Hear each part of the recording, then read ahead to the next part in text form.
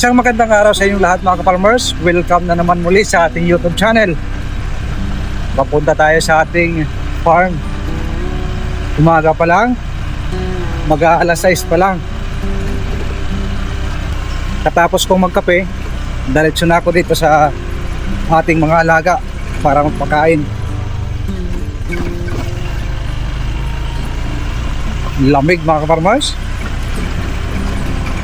Iba talaga pag nasa probinsya. Napakalamig ang umaga. Ngayong araw na ito, napakatingkad ng langit. Siguradong mainit sa araw na ito.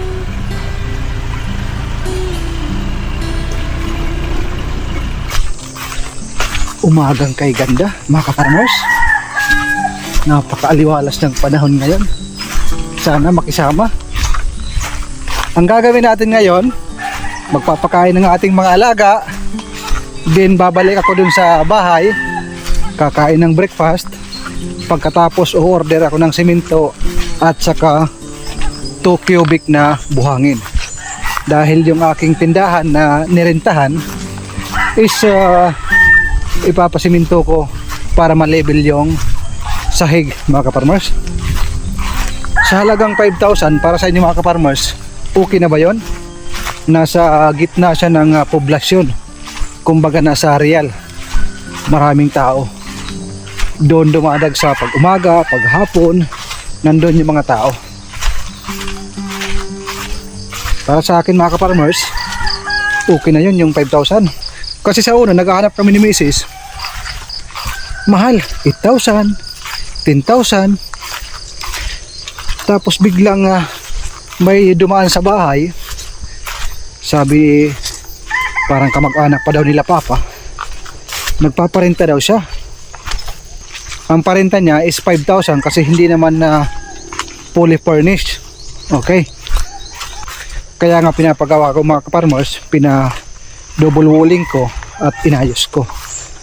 Para sa akin mura na yun yung 5,000 mga ka-farmers, kasi wala akong makita sa una na 5,000. Sana mag-click. Subok lang mga ka-farmers. At least meron tayong ginagawa sa buhay. Kasi yung ating pera, pag once na itinago lang natin yan sa bangko or sa ating baul, wala akong mangyayari. Kailangan sumugal ho tayo. Ito yung magandang sugal, yung pagninegosyo. Huwag tayo sumugal sa sabungan, siguradong palaging talo. Sa sabungan mga ka-farmers, sa mga sugal, hindi mabilang yung talo. Yung panalo bilang na bilang. Ito yung nagawa natin kahapon. Yung stock room na ito. Ayan, hindi na masisikatan ng araw. Mayroon na siyang bubong. Haba niyan mga ka-farmers. Purpose ko dito, lalagyan ng organic na pagkain ng ating mga alaga, panggatong. Kung magsisidling pa lang tayo, pwede natin ilagay dyan. Kasi mahaba yan, 10 meters. Pwede sa ilalim mga ka-farmers. Kahit nga sa ilalim mga ka-farmers, pag nilagyan niya ng dingding, paikot, pwedeng kulungan din. Marami yung purpose niyan. Makakatulong yan. Bisitahin ko muna yung ating mga alaga bago magpakain. Chichik ko muna. Baka may natsugi. Wag naman sana.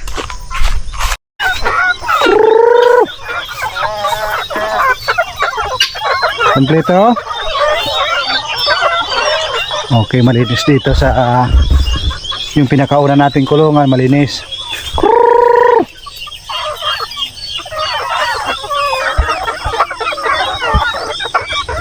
Ayos sila.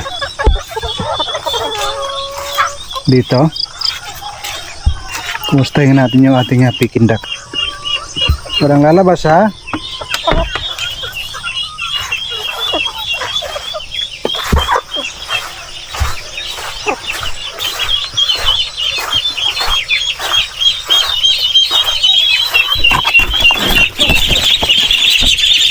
Gutom na gutom yung ating mga Peking duck ha. Palagi naman kayong gutom, wala kayong kabusugan. Pa ako yan pa hindi ang pagkain. Yung mga maliliit, meron pa silang pagkain, no? Mautak din yung mga maliliit. nagtira para sa breakfast. Ito kasi parang walang matitira ito dito mga kaparmers dahil ang lakas kumain. Ito yung saging na ito, matagal na ito dito, kaso payat. Oras na siguro para patabain.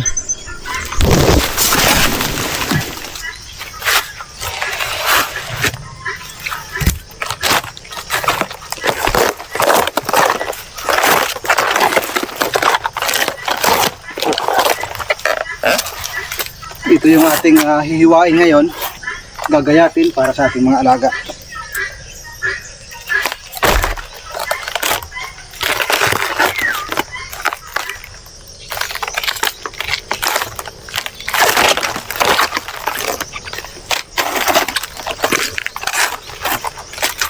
Mas mainam yung pinakamalambot na parte ng katawan. Yung matigas, tapon yan. Ito yung ating mga feeds na ginagamit dito sa ating mga alaga. Yung ating para sa Peking duck mga kaparmers, Integra.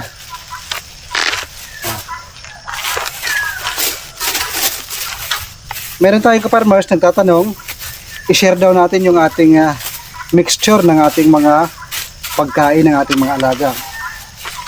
Para sa ating alagang black pigs, yung ating baboy mga kaparmers, na gagawing inahin, ang pinaghahalo ko para mabilis lumaki, starter at saka grower. 50-50%. 50% mga kaparmers. Tansya-tansya lang yung aking ginagawa. Yung aking ginagawa, pag hindi na ubos, babawasan ko kinabukasan. Pero pag naubos, dagdagan ko ng konti mga kaparmers. Ito naman para sa Peking duck. Para sa week old, ang ating binibigay is Integra 1000 mga kaparmers.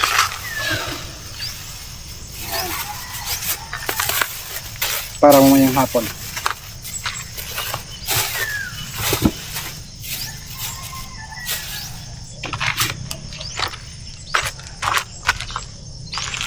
Habang ako'y magagayat para sa ating mga alagang manok ng kanilang organic na pagkain, ibababad ko muna ito para tumubo, bumuka.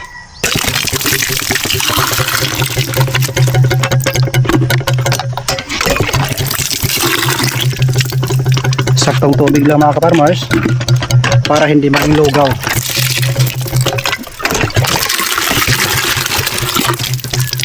Ayan. Ngayon nakikita nyo mayroon pang tubig. Mamaya wala na yan. Sisip-sipin yan ng ating Integra 1000. Naka-ready na yan para sa pagkain nila. Dito lang muna yan habang naggagaya tayo ng mga organic na pagkain ng ating alagang manok. Sinama ko na pati yung talbos. Dahil yung talbos napakalambot, siguradong kakainin yan ng ating mga alagang heritage chicken at native na manok.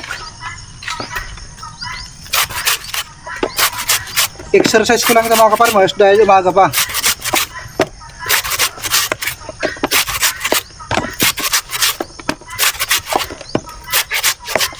Hinahati-hati ko yung oras ko dahil nga nabibisi ako sa aking shop na ginagawa.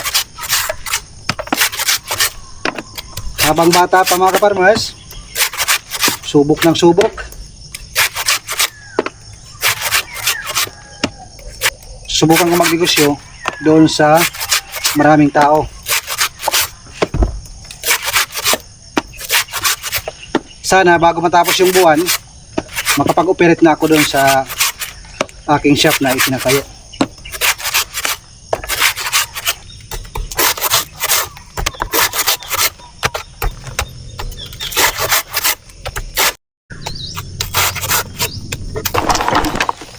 Ito yung ating ginayat na puno ng saging. Ngayon naman, haluan natin ng crumble para matataba yung ating mga alaga. Tansya-tansya lang yung mga farmers, mga 1 kilo.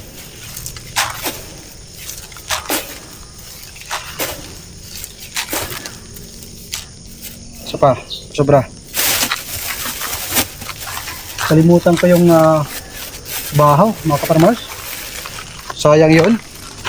Yung panis na kanin.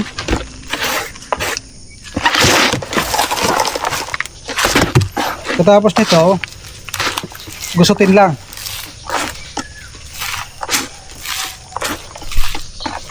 Ito yung dahon ng oregano para maiwasan yung sipon ng ating mga alaga. Nakakatulong ho ito mga farmers. Pwede sa inumin, pwede direct sa kanilang patuka, ihahalo.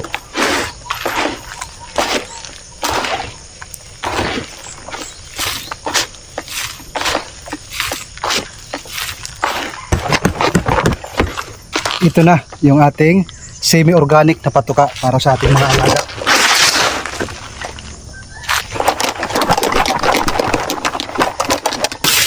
Maligo ka.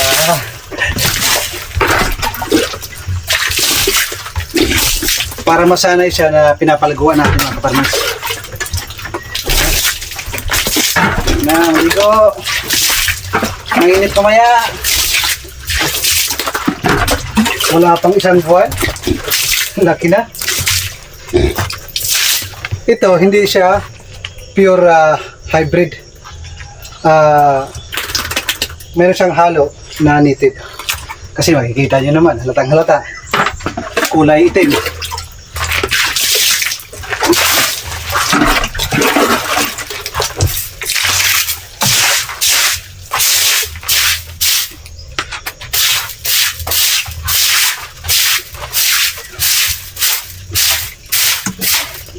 Linisan ko muna mga kaparmers bago ako magbigay ng kanyang pagkain.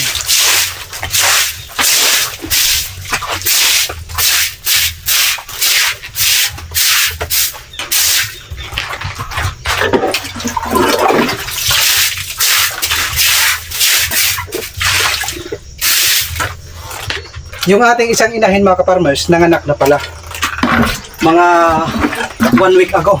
Pero wala dito mga kaparmers. Pagdating ng 1 month, dadalhin ko dito yung 6. 8 yung anak. Yung nanay, pure native. Ihalas mga kaparmers. Napakatulis ng muso. Pero yung anak, hindi na pure kasi ang nagmeet is durok. Ito, kain na.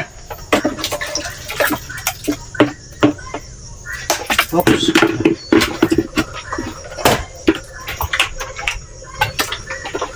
pa.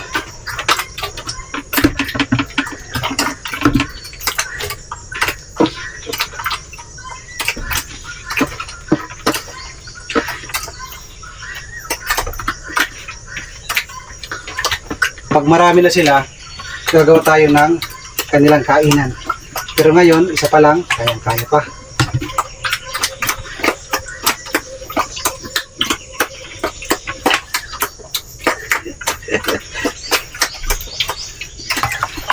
Ito yung kanyang tubig.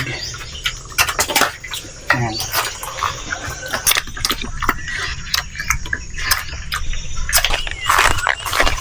Gutom na yung ating mga manok, mga kaparmers. Gaantay na sila. Pasok, pasok, pasok.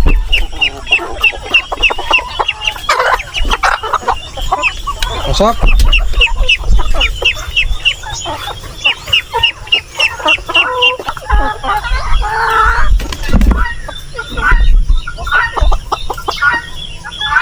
Sunod.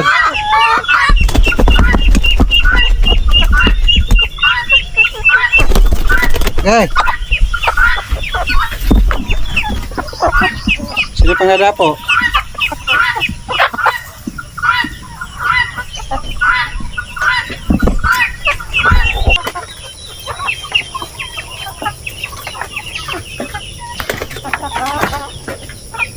Para mo naman kayo.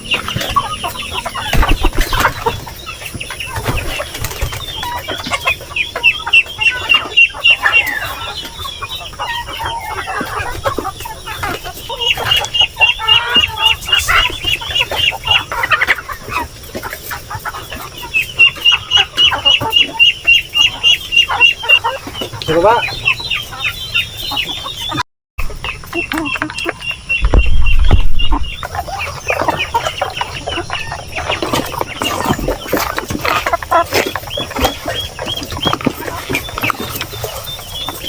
Hindi mo ito.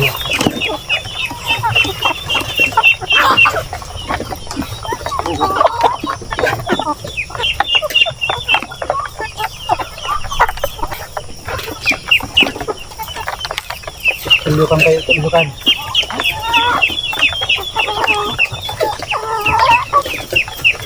Excuse me.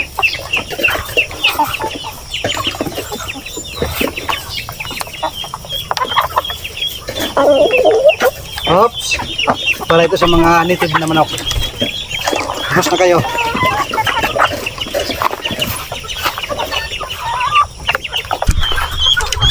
Kalimutan ko. Ito pala yung kanilang tataan. Yan lang, yan lang.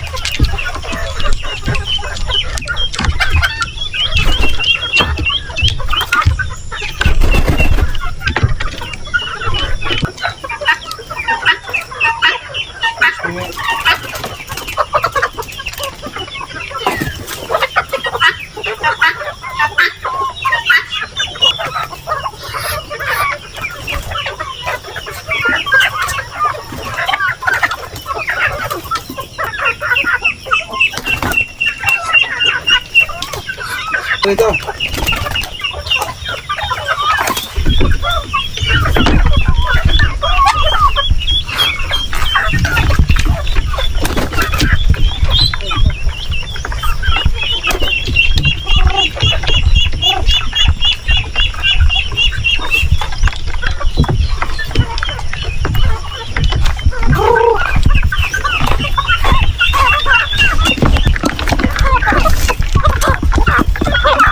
Dagdagan ko pa para mabusog kayo.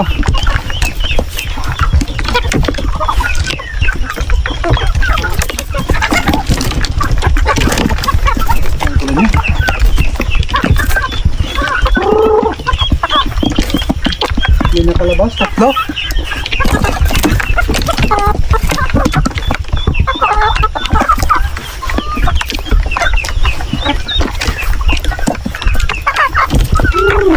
Tapos na ako magpakain ng mga alaga.